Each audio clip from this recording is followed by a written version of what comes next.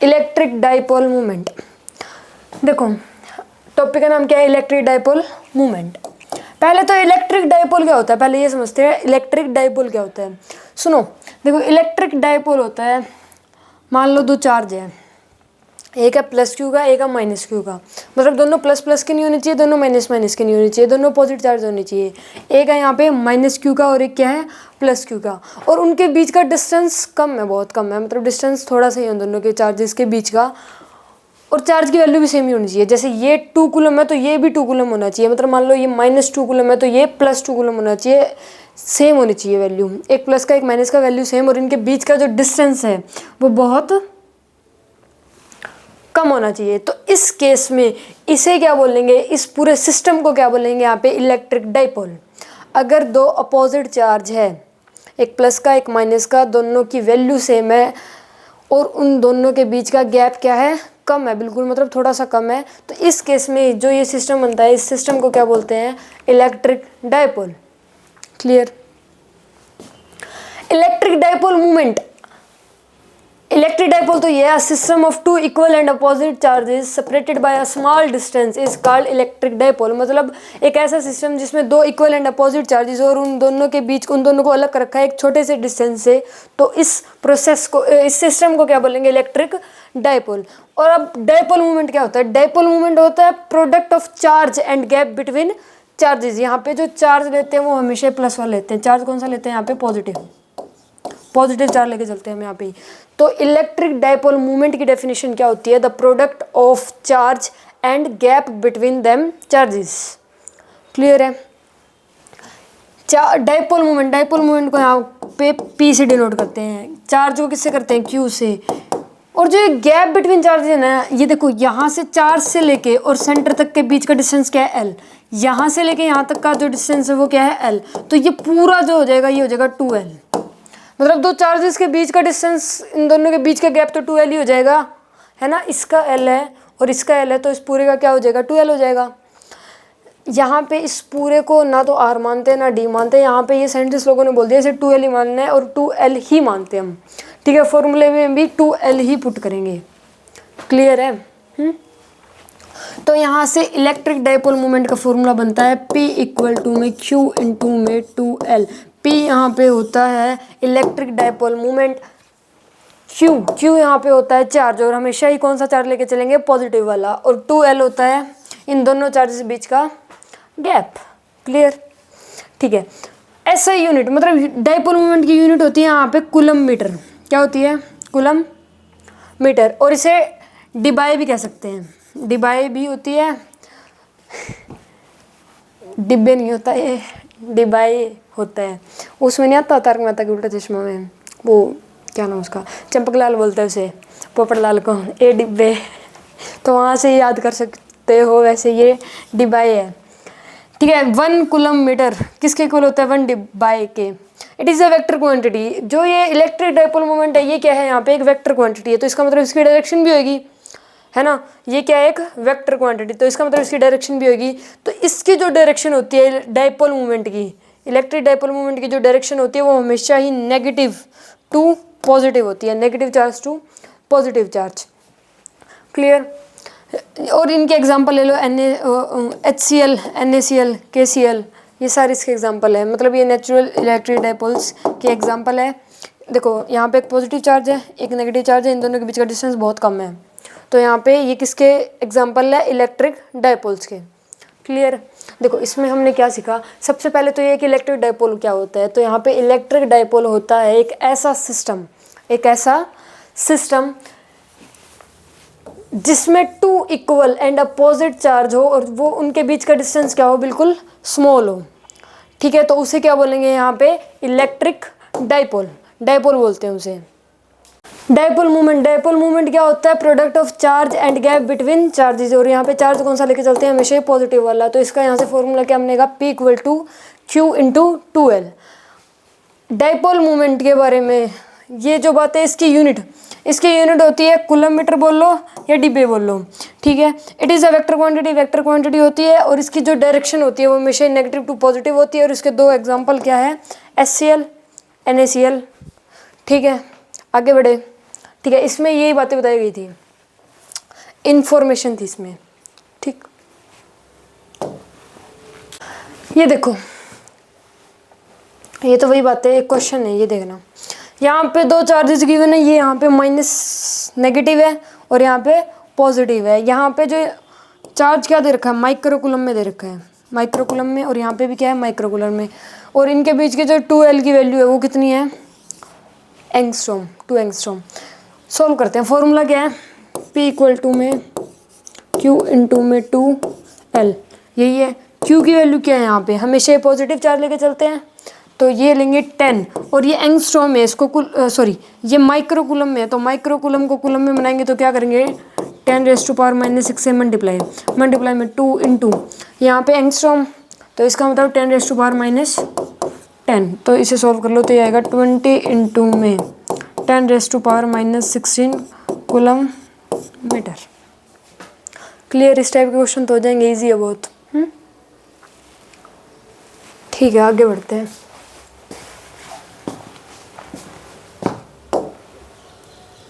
देखो, अब ये क्वेश्चन गिवन है, यहाँ पे y एक्सिस है, यहाँ पे ये x एक्सिस है, इस पे क्या गिवन है, 2Q का चार्ज गिवन है, ये पॉजिटिव है, दो नेगेटिव है। x एक्सिस पे एक यहाँ पे चार्ज है, एक यहाँ पे चार्ज है, दोनों नेगेटिव है, यहाँ पे एक पॉजिटिव चार्ज है, दो है सॉरी, तो दो चार्जेज है। देखो यहाँ पे इसको एक प्लस क्यू इधर कर देते हैं, एक प्लस क्यू इधर कर देते हैं, 2Q है, दोनों को अलग अलग कर सकते हैं। ठीक है, इसका पेयर बना दो इसके साथ, मतलब एक तो ये हो गया और एक ये ऐसे हो जाएगा। अब इसके बीच की डिस्टेंस बताओ, डिस्टेंस कितनी हो जाएगी, √2a। दो चार्ज है, इनके बीच का गैप बहुत कम है, तो यहाँ पे डाइपोल मोमेंट तो होगी। इसकी डायरेक्शन क्या होगी, डाइपोल मोमेंट की डायरेक्शन क्या होगी, नेगेटिव टू पॉजिटिव होती है। डाइपोल मोमेंट की डायरेक्शन क्या होती है, नेगेटिव टू पॉजिटिव, तो नेगेटिव टू पॉजिटिव मतलब इस तरफ आएगा, क्या आएगा, डाइपोल मोमेंट, जिसे P से डिनोट करते हैं। तो इन दोनों की वजह से डाइपोल मोमेंट आएगा, Q इंटू में 2L आता है, 2L की वैल्यू कितनी है, √2a। क्लियर, इसकी वजह से भी इतना आएगा क्योंकि ये भी क्या है, √2a है, तो इसकी वजह से भी सेम ही आएगा। इसकी डायरेक्शन किस तरफ होगी, नेगेटिव टू पॉजिटिव जाती है, मतलब इस तरफ। इतना क्लियर है। देखो अब यहाँ पे हमने क्या किया, सुनो, दो डायरेक्शन आ गई हमारे पास, एक तो है ये वाली डायरेक्शन, एक है ये वाली डायरेक्शन। अच्छा ये बताओ, ये ट्रायंगल बन रहा है ना, यहाँ पे एक ट्रायंगल बन रहा है, ऐसे ऐसे ऐसे, ये एंगल कितना होता है, 90 होता है, ये कितना होता है, 45 होता है, ये कितना है, 45, तो ये 45, तो ये भी 45, इधर सेम, ये 90 बन जाएगा, इधर 45, इधर 45, तो ये वाला भी 45, और इधर भी P आएगा ना। अभी टोटल कितना बन गया, 90 आ गया। दोनों PP है और इनके बीच का एंगल क्या है, 90 डिग्री है। तो इस केस में हम क्या करते हैं, किसी एक को उठा के क्या कर देते हैं, √2 से मल्टीप्लाई कर देते हैं। हमने ये पहले सीखा है ना वेक्टर में। तो P नेट फाइंड करने के लिए हम क्या करेंगे, √2 को मल्टीप्लाई कर देंगे P से, कोई भी P से कर लो, दोनों की वैल्यू तो सेम ही है, तो Q इंटू में √2a, तो यहाँ से आ जाएगा 2QA। क्लियर, ठीक है, आगे बढ़ते हैं।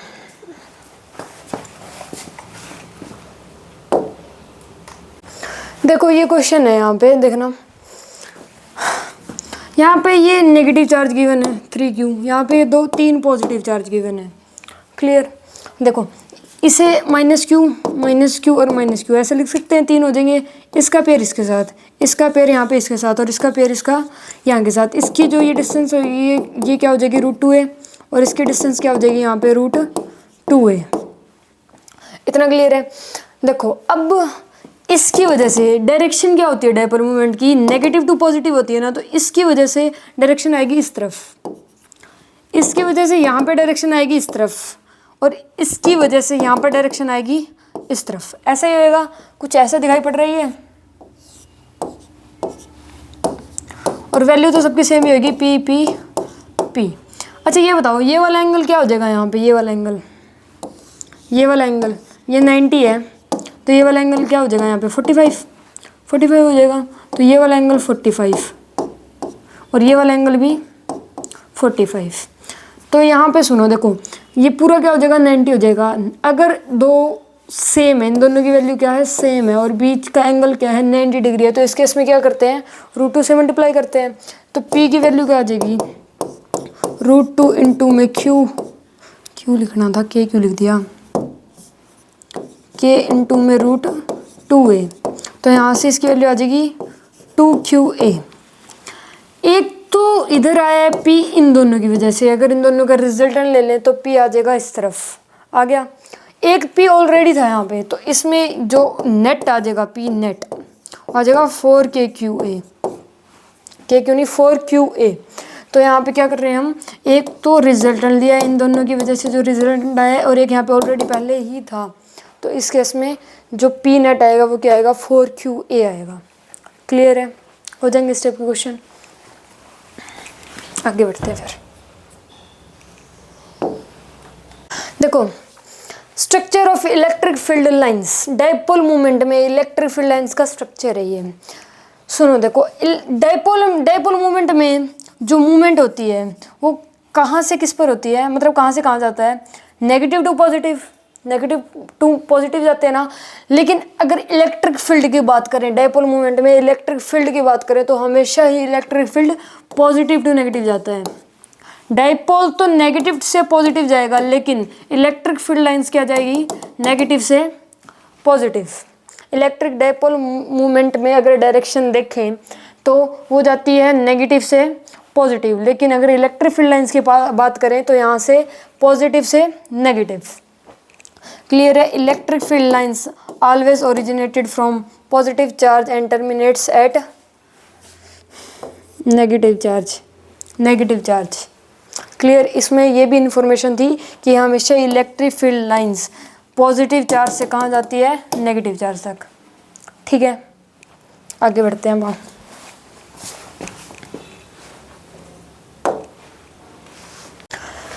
ये देखो, एक इसमें जो ये इनके बीच में से जाती है ना, जो ये लाइन, इसे हम बोलते हैं एक्सियल लाइन। क्या बोलते हैं इसे, एक्सियल लाइन। जो इन इलेक्ट्रिक फील्ड्स या फिर डाइपोल मूवमेंट बोलो, इनके बीच में से जो ये लाइन जाती है इसे हमेशा ही क्या बोलेंगे axial line. Axial line is the line which is passing through the positive and negative charge. ठीक है, और जो इस एक्सियल लाइन के क्या हो परपेंडिकुलर हो, एक्सियल लाइन के क्या हो परपेंडिकुलर हो, और इनके मिड से जाए, इनके चार्जेस के क्या जाए मिड से जाए। इन दोनों चार्जेस के मिड से जा रही है ना ये लाइन, जो एक्सियल लाइन के परपेंडिकुलर हो और चार्जेस के मिड में से जाए, तो उस लाइन को बोलते हैं हम equatorial line. Clear, axial line किसे बोलेंगे, जो इनके बीच में से जाती हो। ठीक है, और इक्वेटोरियल लाइन किसे बोलेंगे, जो इसके क्या हो परपेंडिकुलर हो और इनके मिड से जाती हो, दोनों चार्ज के बीच में से जाती हो, तो उसे क्या बोलेंगे इक्वेटोरियल लाइन। अच्छा, एक्सियल लाइन के हर एक पॉइंट को क्या बोलते हैं एक्सियल पॉइंट। जैसे ये पॉइंट है तो इसे क्या बोलेंगे यहाँ पे एक्सियल पॉइंट। ये पॉइंट सारे पॉइंट को क्या बोलेंगे यहाँ पे एक्सियल पॉइंट। जो पॉइंट एक्सियल लाइन पर आता है उस पॉइंट को क्या बोलेंगे यहाँ पे एक्सियल पॉइंट। और जो पॉइंट इक्वेटोरियल लाइन पे आता है उस पॉइंट को क्या बोलेंगे इक्वेटोरियल पॉइंट। देखो, and the point line on that line is called the axial point. उसे क्या बोलते हैं axial point. Equatorial line is perpendicular to axial line and passing through mid point of electric dipole and the point line on that line is known as equatorial point. ठीक है, इसमें बस ये बता रखा है कि इस लाइन को बोलते हैं एक्सियल लाइन, इस लाइन को बोलते हैं इक्वेटोरियल लाइन, और जो इक्वेटोरियल लाइन पर पॉइंट होता है उस पॉइंट को, कोई भी पॉइंट हो चाहे इक्वेटोरियल लाइन पर होना चाहिए, उन पॉइंट को क्या बोलेंगे इक्वेटोरियल पॉइंट। और एक्सियल लाइन पे अगर कोई पॉइंट है तो उस पॉइंट को क्या बोलते हैं हम एक्सियल पॉइंट। ठीक है, ये अभी तक इन्फॉर्मेशन ही है, इन्फॉर्मेशन ही चल रही है और कुछ नहीं। आगे बढ़ते हैं, बस याद करने वाली चीज़ें हैं। अच्छा, अब बात करते हैं इलेक्ट्रिक फील्ड की। किसकी बात करते हैं इलेक्ट्रिक फील्ड की। अगर कोई पूछ ले कि एक्सियल लाइन पर इलेक्ट्रिक फील्ड की क्या वैल्यू होती है, तो वो होती है K2P/r3। या फिर इसे ये भी बोल सकते हैं 2kp बाय में आर क्यूब। ये किसकी वैल्यू है? इलेक्ट्रिक फील्ड की। कहाँ पे? एक्सियल लाइन पे। एक्सियल लाइन पर इलेक्ट्रिक फील्ड की वैल्यू क्या हो जाएगी? k2p bye r cube. और इसकी डायरेक्शन क्या होगी? इस तरफ ही होगी, क्योंकि इलेक्ट्रिक फील्ड पॉजिटिव चार्ज की वजह से क्या होता है? रेडियली आउटवर्ड होता है, तो इसकी डायरेक्शन क्या होगी? इस तरफ होगी। और अगर नेगेटिव की वजह से कहाँ होता है? रेडियली इनवर्ड होता है, तो इसकी डायरेक्शन इस तरफ हो जाएगी, लेकिन वैल्यू क्या रहेगी? सेम ही रहेगी, 2kp by r cube. Equatorial line पर जो इलेक्ट्रिक फील्ड की वैल्यू होती है वो क्या होती है? kp by r cube. क्या होती है वो? kp बाय में आर क्यूब। क्लियर? और इसकी डायरेक्शन तो इस तरफ हो जाएगी। ठीक है, सुनो देखो, इसमें सिर्फ दो बातें याद करनी है। एक तो एक्सियल लाइन पर इलेक्ट्रिक फील्ड की वैल्यू क्या होती है? 2kp by r cube. Equatorial line पर क्या होती है? kp बाय में आर क्यूब। यहाँ पे जो r है ना वो वेरी वेरी ग्रेटर देन क्या होता है? l होता है, वेरी वेरी बड़ा। ठीक है, ज़्यादा मत ये बोलो। और यहाँ पे r क्या है? r है सेंटर से लेके जिस पॉइंट पे बात कर रहे हैं इसकी पूरी की डिस्टेंस। ठीक है, वो क्या होता है? r होता है। और l का मतलब होता है सेंटर और चार्ज के बीच का डिस्टेंस। क्लियर है? ठीक है, और ये तो वही लाइन है, नोट तो आपको याद करने की इलेक्ट्रिक फील्ड दोनों लाइन पर क्या क्या होते हैं, और डायरेक्शन तो पता ही होनी चाहिए, वैसे पता ही होगी। क्लियर? आगे बढ़ते हैं।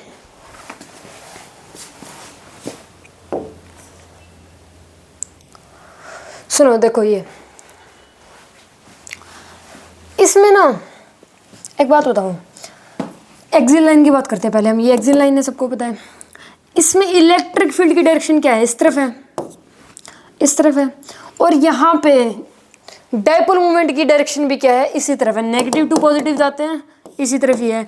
तो इस केस में एक्सियल लाइन पे जो डायपोल मोमेंट होता है वो क्या होता है? पैरेलल होता है किसके? इलेक्ट्रिक फील्ड के। इससे हमें क्या पता चलता है कि यहाँ पे जो डायपोल मोमेंट है वो क्या है? पैरेलल है किसके? इलेक्ट्रिक फील्ड के। क्यों है? देखो, इलेक्ट्रिक फील्ड की डायरेक्शन क्या है? इस तरफ है, इसी तरफ है ना। और उसकी डायपोल मोमेंट की पी की बी डायरेक्शन इस तरफ है, क्योंकि नेगेटिव से पॉजिटिव जाते हैं, हमेशा क्या जाते हैं? नेगेटिव से पॉजिटिव जाते हैं डायपोल मोमेंट में। तो देखो, ये नीचे गिवन भी है कि direction of dipole moment is always negative charge to positive charge, मतलब नेगेटिव चार्ज से पॉजिटिव चार्ज आते हैं। तो ये इलेक्ट्रिक फील्ड की डायरेक्शन भी इस तरफ और इलेक्ट्रिक डायपोल मोमेंट की डायरेक्शन भी इस तरफ, यानी कि ये एक दूसरे के क्या है? पैरेलल है। तो हमेशा ही एक्सियल लाइन पर पी क्या होएगा? पैरेलल होएगा किसके? ई के। क्लियर है? ठीक है, अब बात करते हैं इक्वेटोरियल लाइन पे क्या होता है। देखो, ये क्या है? Dipole moment. इसकी डायरेक्शन है इस तरफ, मानते हो? इस तरफ ही है। लेकिन इसकी जो इक्वेटोरियल पर जो इलेक्ट्रिक फील्ड है इसकी डायरेक्शन क्या है? इस तरफ है। इसकी डायरेक्शन क्या है? इस तरफ। देखो डायरेक्शन कैसे आएगी? इसकी वजह से, सॉरी, इस चार्ज की वजह से यहाँ पर इलेक्ट्रिक फील्ड किस तरफ होएगा? रेडियली आउटवर्ड, इस तरफ होएगा। इसकी वजह से इस तरफ होएगा, रेडियली इनवर्ड। तो इन दोनों का रिजल्टेंट क्या आएगा? इस तरफ आएगा। तो इसकी इसलिए डायरेक्शन इलेक्ट्रिक फील्ड की इस तरफ होती है, इक्वेटोरियल लाइन पे। ठीक है, समझ गए ना? ठीक है, तो इसकी डायरेक्शन क्या होगी? इस तरफ होगी। और डायपोल मोमेंट की डायरेक्शन है इस तरफ है, मतलब ये एक दूसरे के क्या है? एंटी पैरेलल है। क्या है? एक दूसरे के एंटी पैरेलल। यहाँ से दो बातें जो अभी तक हमने पढ़ी है वो क्या है कि एक्सियल लाइन पर P हमेशा क्या होगा? पैरेलल होगा किसके? E के। और एट इक्वेटर पर, ऑन इक्वेटर लाइन बोल लो चाहे, P क्या होगा? एंटी पैरेलल होगा किसके? E के, क्योंकि ये दूसरे पैरेलल थोड़ी है ना।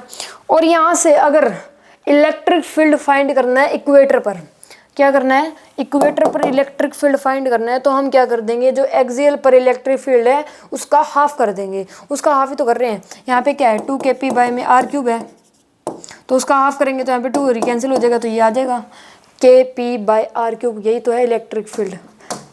इक्वेटर पर। तो अगर इक्वेटर पर आपको इलेक्ट्रिक फील्ड फाइंड करना है तो इस केस में हम क्या करेंगे, जो एक्सियल पर इलेक्ट्रिक फील्ड है उसका क्या कर देंगे, हाफ कर देंगे।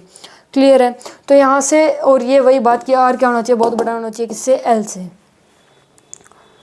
क्लियर। ठीक है, इसमें 3 बातें याद करनी है, ये तीनों। आगे बढ़े, आगे बढ़ते हैं।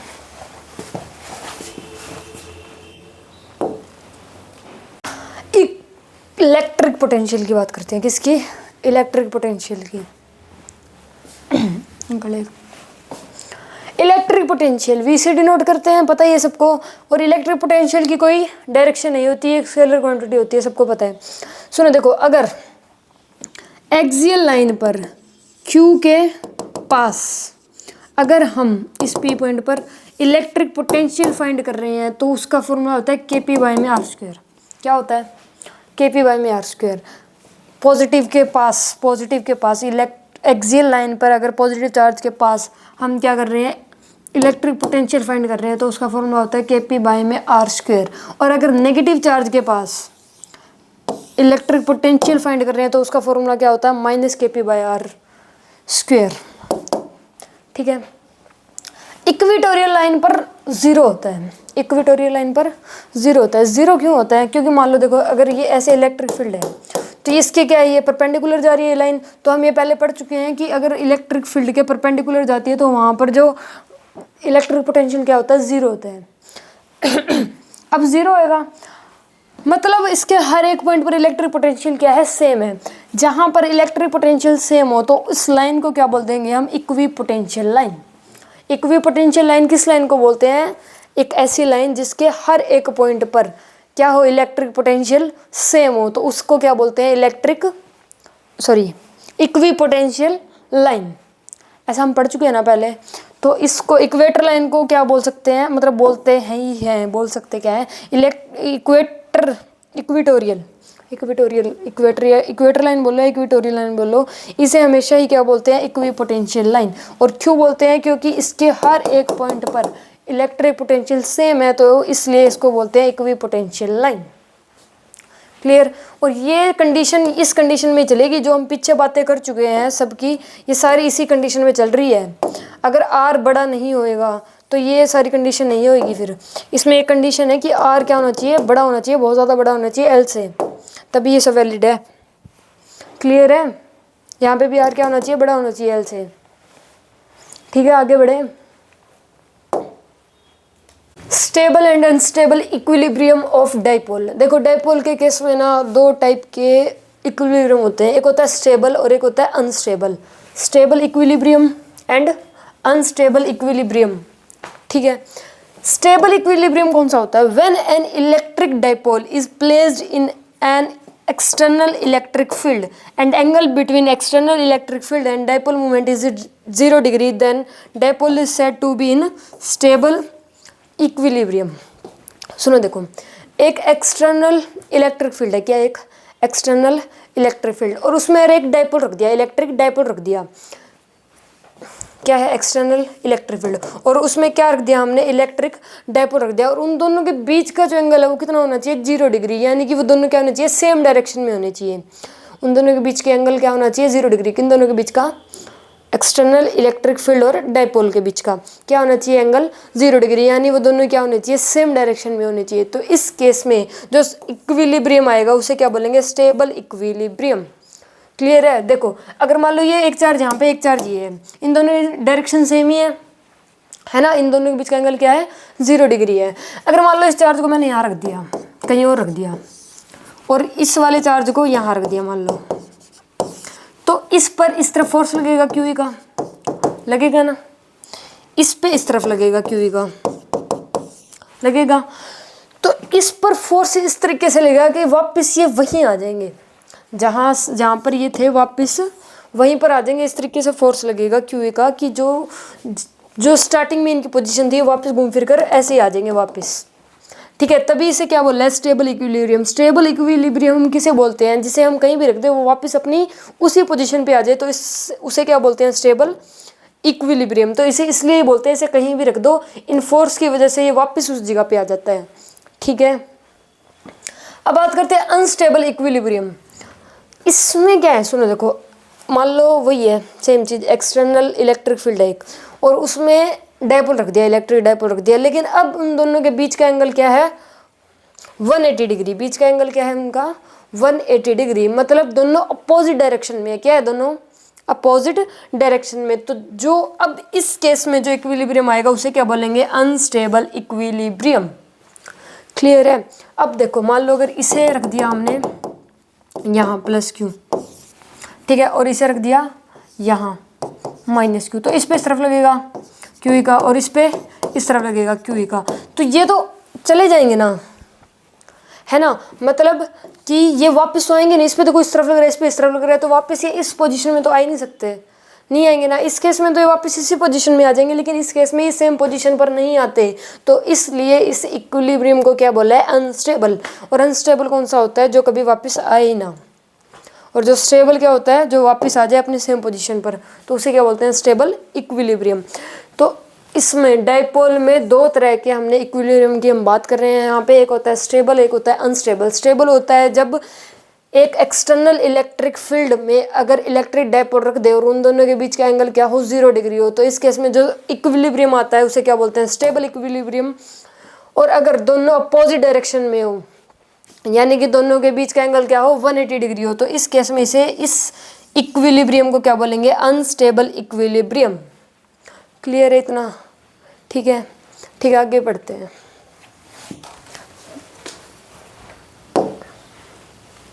Torque on dipole. देखो अगर डायपोल को किसी एक्सटर्नल इलेक्ट्रिक फील्ड में थीटा डिग्री के एंगल पे रख दें, when an electric dipole is placed in an external electric field at an angle theta with the electric field, then it experience a torque।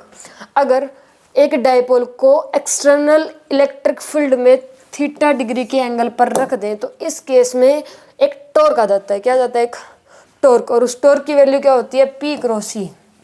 क्या होती है उसकी वैल्यू, पी क्रॉस सी। यहाँ पे फोर्स लगेगा, ये फोर्स लगेगा तो टॉर्क भी आएगा। तो अगर थीटा डिग्री पर रखें, अगर थीटा डिग्री पर रखें, तो इस केस में क्या लगता है, हमेशा ये एक टॉर्क आ जाता है, और उसकी वैल्यू क्या होती है, पी क्रॉस सी। यहाँ पे जो ये टाउ होता है, टॉर्क को टाउ भी बोलते हैं, मतलब उसका सिंबल होता है, ये ऐसा सिंबल होता है इसका। ये क्या है यहाँ पे, टॉर्क। ये क्या है, पी का मतलब क्या होता है, पी का मतलब होता है डायपोल, इलेक्ट्रिक डायपोल बोल लो, और ई का मतलब है यहाँ पे electric field, external electric field. ठीक है, तो आपको ये बात याद करनी है कि अगर एक इलेक्ट्रिक डायपोल रख दे एक्सटर्नल इलेक्ट्रिक फील्ड में थीटा डिग्री के एंगल पर, तो इस केस में टॉर्क आ जाता है, और उसकी वैल्यू क्या होती है, पी क्रॉस ई। ठीक है, आगे बढ़ते हैं।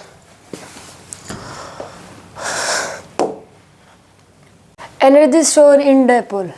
देखो अगर डायपोल को किसी एक्सटर्नल इलेक्ट्रिक फील्ड में थीटा डिग्री के एंगल पे रख दिया, तो इस केस में एनर्जी भी स्टोर होती है। देखो दो तरीके से हो सकती है। अगर हम रेफरेंस मान के चल रहे हैं ना यहाँ पे स्टेबल इक्विलिब्रियम को, किसको, स्टेबल इक्विलिब्रियम को, तो यहाँ पे जो एनर्जी स्टोर है वो इतनी हो जाती है। और अगर हम रेफरेंस मान के चल रहे हैं इन्फिनिटी को, किसे मान के चल रहे हैं, इन्फिनिटी को, तो यहाँ पर जो एनर्जी स्टोर है वो इतनी हो जाती है, -P.E। ठीक है, अगर रेफरेंस है स्टेबल इक्विलिब्रियम तो एनर्जी स्टोर कितनी हो जाएगी, P1 - cos थीटा। और अगर रेफरेंस क्या है, इन्फिनिटी है, तो U क्या हो जाएगा, U मतलब एनर्जी स्टोर क्या हो जाएगा, -P.E। क्लियर है, ठीक है, ठीक है, हो गया ये भी।